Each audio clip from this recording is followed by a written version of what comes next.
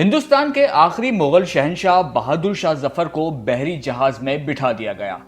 یہ جہاز 17 اکتوبر 1858 کو رنگون پہنچا۔ شاہی خاندان کے 35 مرد اور خواتین بھی تاجدار ہند کے ساتھ تھے۔ کیپٹن نیلسن ڈیوس رنگون کا انچارج تھا۔ وہ بندرگاہ پہنچا اور اس نے بادشاہ اور اس کے حواریوں کو کسی سامان کی طرح وصول کیا، رسید لکھ کر دی اور دنیا کی تیسری بڑی سلطنت کے آخری فرما رواں کو اپنے ساتھ لے کر رہائش گاہ پر آ گیا۔ نیلسن پریشان تھا۔ بہادر شاہ ظفر قیدی ہونے کے باوجود آخر تھا تو بادشاہ۔ نیلسن کا ضمیر گوارا نہیں کر رہا تھا کہ وہ بیمار اور بوڑھے بادشاہ کو جیل میں پھینک دے، مگر رنگون میں ایسا کوئی مقام نہیں تھا جہاں بہادر شاہ ظفر کو رکھا جا سکتا۔ نیلسن ڈیوس نے چند لمحے سوچا اور مسئلے کا دلچسپ حل نکالا۔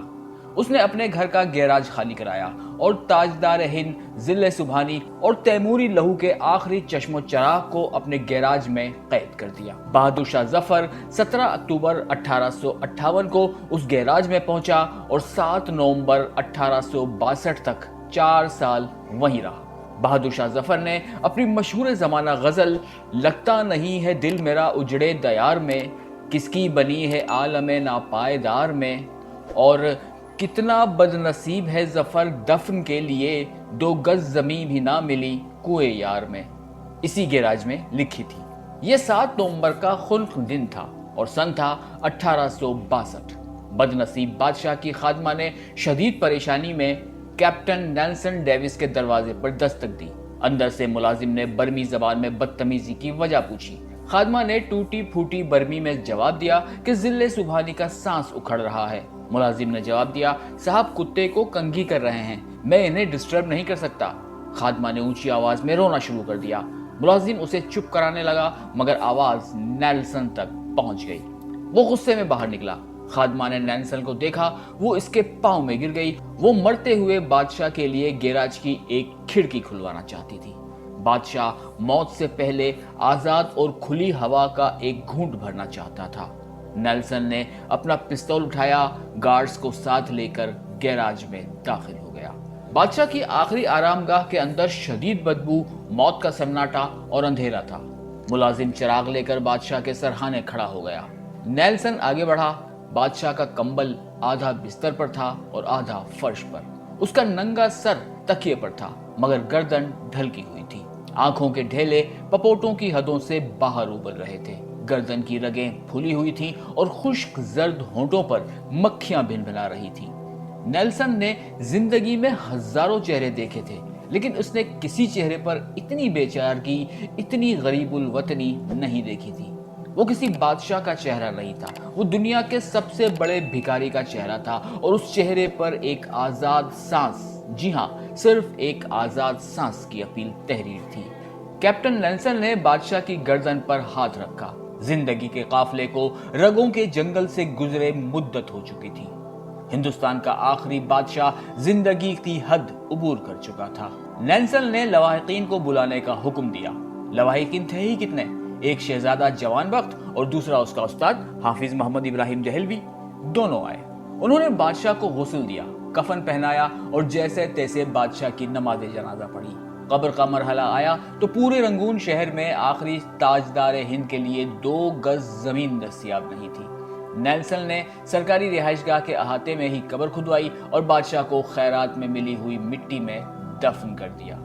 قبر پر پانی کا چھڑکاؤ ہو رہا تھا، گلاب کی پتیاں بکھیری جا رہی تھی تو استاد حافظ ابراہیم دہلوی کے خزاں رسیدہ ذہن میں 30 ستمبر 1857 کے وہ مناظر دوڑنے لگے جب دہلی کے لال قلعے میں 62 برس کے بہادر شاہ ظفر کو تاج پہنایا گیا۔ ہندوستان کے نئے بادشاہ کو سلامی دینے کے لیے پورے ملک سے 1 لاکھ لوگ دلی آئے تھے اور بادشاہ جب لباس فاخرہ پہن کر تاج شاہی سر پر رکھ کر نادر شاہی اور جہانگیری تلواریں لٹکا کر دربار عام میں آیا تو پورا دلی تحسین تحسین کے نعروں سے گونج اٹھا۔ نقارچی نقارے بجانے لگے، گویے ہواؤں میں تانے اڑانے لگے، فوجی سالار تلواریں بجانے لگے اور رقاصائیں رقص کرنے لگی۔ استاد حافظ محمد ابراہیم دہلوی کو یاد تھا بہادر شاہ ظفر کی تاج پوشی کا جشن 7 دن جاری رہا اور ان 7 دنوں میں دلی کے لوگوں کو شاہی محل سے کھانا کھلایا گیا، مگر 7 نومبر 1862 کی اس ٹھنڈی اور بے مہر صبح بادشاہ کی قبر کو ایک خوش الحان قاری تک نصیب نہ تھا۔ استاد حافظ محمد ابراہیم دہلوی کی آنکھوں میں آنسو آ گئے۔ اس نے جوتے اتارے، بادشاہ کی قبر کی پائنتی میں کھڑا ہوا اور سورہ توبہ کی تلاوت کرنے لگا۔ حافظ ابراہیم دہلوی کے گلے سے سوز کے دریا بہنے لگے۔ یہ قرآن مجید کی تلاوت کا اعجاز تھا یا پھر استاد ابراہیم دہلوی کے گلے کا سوز کہ کیپٹن نیلسن ڈیوس کی آنکھوں میں بھی آنسو آ گئے۔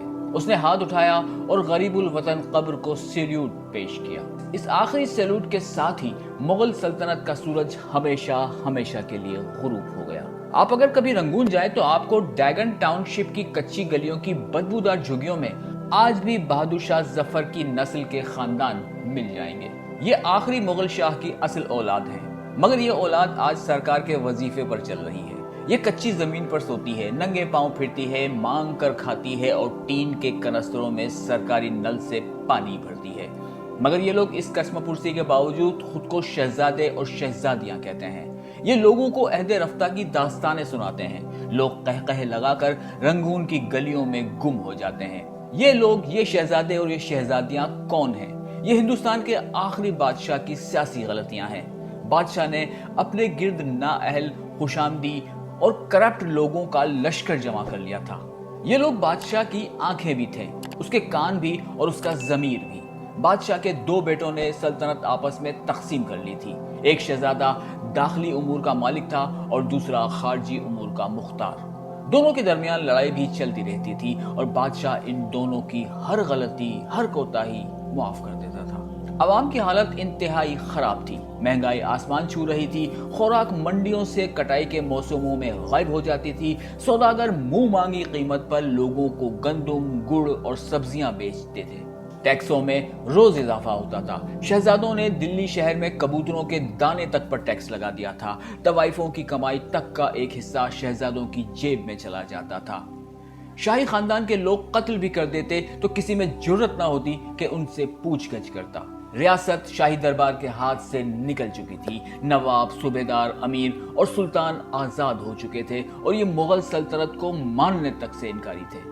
فوج تلوار کی نوک پر بادشاہ سے جو چاہتی تھی منوا لیتی تھی۔ عوام بادشاہ اور اس کے خاندان سے بیزار ہو چکے تھے۔ یہ گلیوں اور بازاروں میں بادشاہ کو گالیاں دیتے تھے اور کوتوال چپ چاپ ان کے قریب سے گزر جاتے اور دوسری طرف انگریزوں کے قدم مضبوط ہوتے جا رہے تھے۔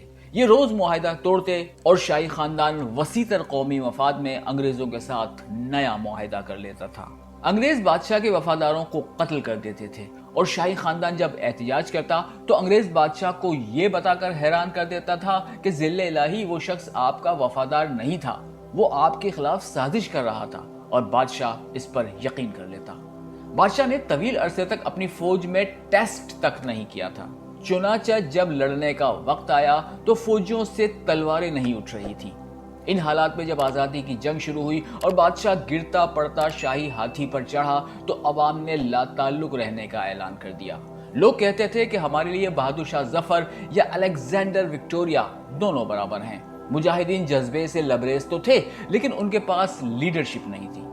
بادشاہ ڈبل مائنڈڈ تھا، یہ انگریزوں سے لڑنا بھی چاہتا تھا اور اپنی مدت شاہی بھی پوری کرنا چاہتا تھا۔ چنانچہ اس جنگ کا وہی نتیجہ نکلا جو ڈبل مائنڈ ہو کر لڑی جانے والی جنگوں کا نکلتا ہے۔ شاہی خاندان کو دلی میں ذبح کر دیا گیا جبکہ بادشاہ جلا وطن ہو گیا۔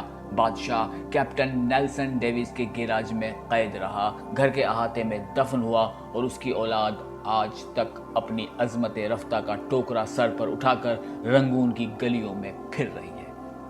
یہ لوگ شہر میں نکلتے ہیں تو ان کے چہروں پر صاف لکھا ہوتا ہے کہ جو بادشاہ اپنی سلطنت، اپنے مینڈیٹ کی حفاظت نہیں کرتے اور جو عوام کا اعتماد کھو بیٹھتے ہیں، ان کی اولادیں اسی طرح گلیوں میں خوار ہوتی ہیں۔